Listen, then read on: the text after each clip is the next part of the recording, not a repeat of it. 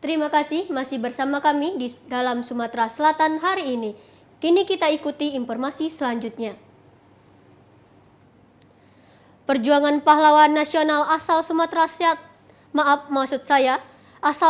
Selatan Adnan Kapau Gani mulai hilang di telan zaman.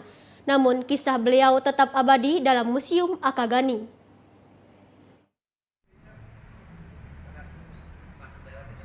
Mayor Jenderal TNI Purnawirawan Dr. Adnan Kapau Gani atau biasa dikenal dengan Aka Gani merupakan seorang dokter, politisi, sekaligus tokoh militer Indonesia. Nama Aka Gani pun dilekatkan menjadi salah satu nama jalan dan rumah sakit yang ada di kota Palembang. Berbagai peninggalan beliau kini tersimpan rapi di Museum Dr. Aka Gani yang berada di Jalan Mangkunegara, Kenten, Palembang.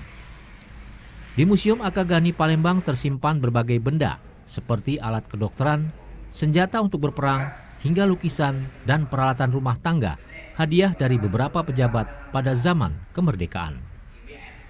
Priyanti Gani, salah seorang kerabat dekat Aka Gani, menceritakan sejarah dan perjalanan hidup sang pahlawan nasional. Barang Pak Aka Gani ini sebenarnya ini memang koleksi beliau asli dari dari zaman beliau gerilya perang tempo hari. Pada saat itu saya juga masih ketemu sama beliau kan baru umur 4 tahun. Jadi beliau juga sering cerita bahwa inilah kisah-kisahnya bahwa mengambil Indonesia ini melawan penjajah itu tidak mudah, jadi gitu kan, dengan penuh darah dan air mata, juga dengan segenap jiwa dan raga. Jadi katanya kalian sebagai generasi muda jangan cepat putus asa, jangan cepat menyerah, jangan cepat menggampangkan segala sesuatu, bertekadlah supaya untuk maju. Apapun itu pun yang terjadi, diminta atau tidak kita terus harus siap gitu.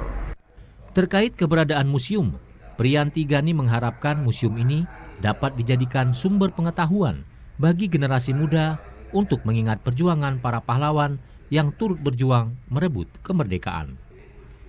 Tim Liputan TVRI Sumsel melaporkan. Pemuda di Desa Sukamakmur, Kecamatan Gumai Talang, Kabupaten Lahat bergotong royong membersihkan lapangan guna menyambut HUT RI ke-77. Pemuda di pelosok desa ikut berpartisipasi dalam memeriahkan HUT yang ke-77 Republik Indonesia dengan bergotong royong membersihkan lapangan desa.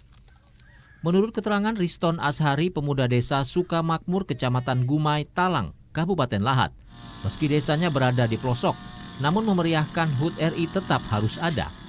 Untuk itu para pemuda di desanya bergotong royong membersihkan sampah dan rumput lapangan yang sudah tinggi karena sudah setahun tidak digunakan.